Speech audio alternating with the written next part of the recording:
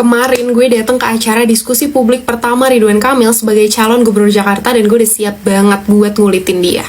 Selama Pilpres, gue suka banget sama gaya kampanye interaktif kayak desak Anies. Rasanya demokrasi lebih hidup aja gitu kalau warga bisa terlibat langsung bukan cuma jadi penonton pasif. Gue bahkan pernah berharap ada acara serupa buat Prabowo atau lebih ekstrim lagi desak Gibran. Nah, kemarin Ridwan Kamil, calon dari Kim di Pilkada Jakarta itu ngadain diskusi publik. Dan karena gue lagi di Jakarta, tentu aja gue datang. Masa enggak? FYI, dulu gue salah satu penggemar RK waktu beliau masih menjabat jadi gubernur di Jawa Barat. Gue kagum sama kecerdasannya, visinya, prinsipnya. Tapi setelah carut-marut Pilpres dan drama perpolitikan ini, gue jadi mulai kehilangan kepercayaan sama RK karena beliau lebih terlihat seperti petugas partai sekarang. Dan kemarin, meskipun gue udah gatel banget buat nanya, gue udah nyiapin banyak pertanyaan tentang gagasan dan prinsipnya saat ini, tapi sayangnya gue gak kesempatan buat nanya karena gak dipilih. Tapi gue harus apresiasi sih buat RK dan tim yang udah nyelenggarain diskusi publik kayak gini. Respect.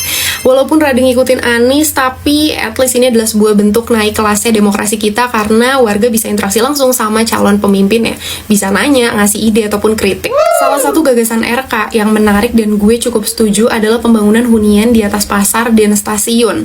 Tujuannya bukan cuma ngurangin kemacetan, tapi juga jadi solusi buat masalah kurangnya lahan hunian di Jakarta. Ini konsep transit oriented development yang katanya sih udah berhasil di kota-kota besar kayak Tokyo dan Singapura. Tapi tetap kita perlu kritis. Sasarannya siapa? Target marketnya siapa? Apakah hunian kayak gini bisa terjangkau buat masyarakat menengah ke bawah yang memang kesulitan untuk punya tempat tinggal?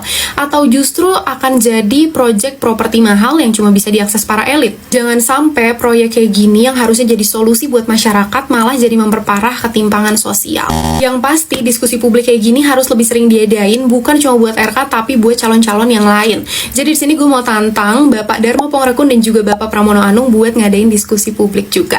Biar demokrasi kita bisa adu gagasan, bukan cuma adu serangan buzzer dan adu serangan fajar. Oh iya, ada yang menarik. RK kemarin bilang bahwa dia menolak politik dinasti, bahwa istrinya, Bu Atalia itu sebenarnya punya elektabilitas yang tinggi untuk maju di Pilwalkot Kota Bandung, tapi nggak diambil karena dia rasa nggak etis. Gue jadi penasaran, kira-kira Pak RK setuju nggak ya sama politik dinasti Mulyono, atau lagi-lagi ini dianggap Asian value?